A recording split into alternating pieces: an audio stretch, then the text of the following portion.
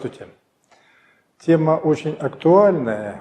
Реальные располагаемые денежные доходы населения падают. Падают, можно сказать, уже 6-й год подряд.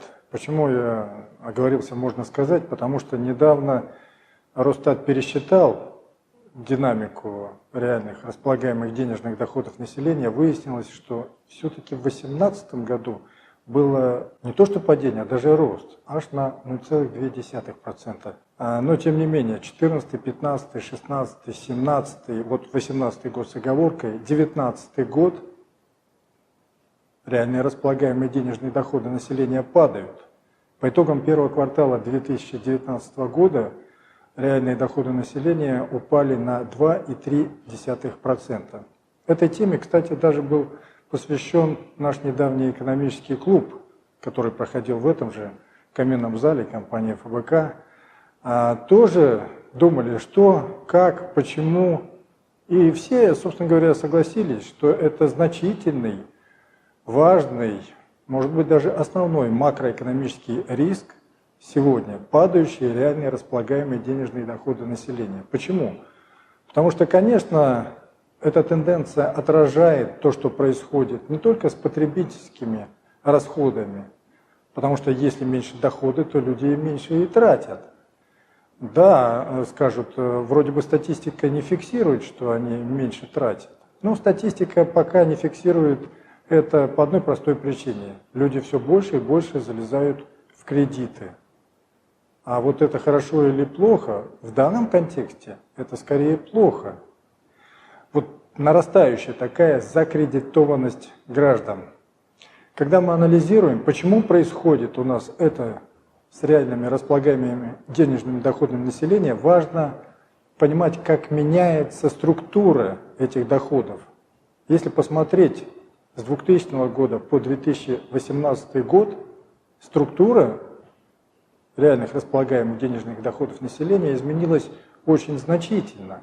Вообще, есть 4 основные составные части этих самых доходов.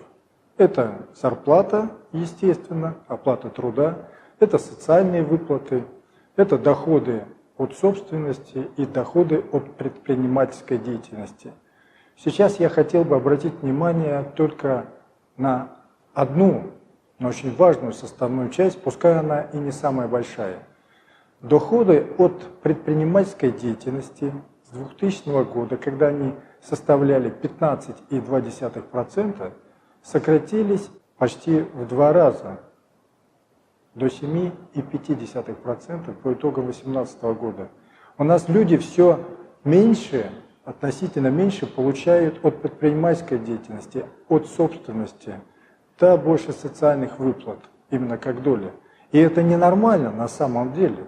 Люди становятся все более зависимыми от государства, а не от результатов, не от оплаты своего труда, если мы рассматриваем именно предпринимательскую деятельность. Вот на что надо обращать внимание, в том числе, а может быть в первую очередь, когда мы вводим, допустим, налог на самозанятых, когда думаем о мерах, а как простимулировать эту предпринимательскую активность. Поэтому здесь есть что исправлять, на это надо обращать внимание.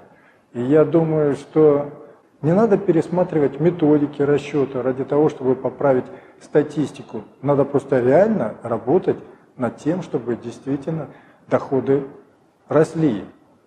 Мыслей, идей тут высказывается достаточно. Просто надо работать, мне кажется, так, с верой в лучшее в нашей экономике. С вами был Игорь Николаев.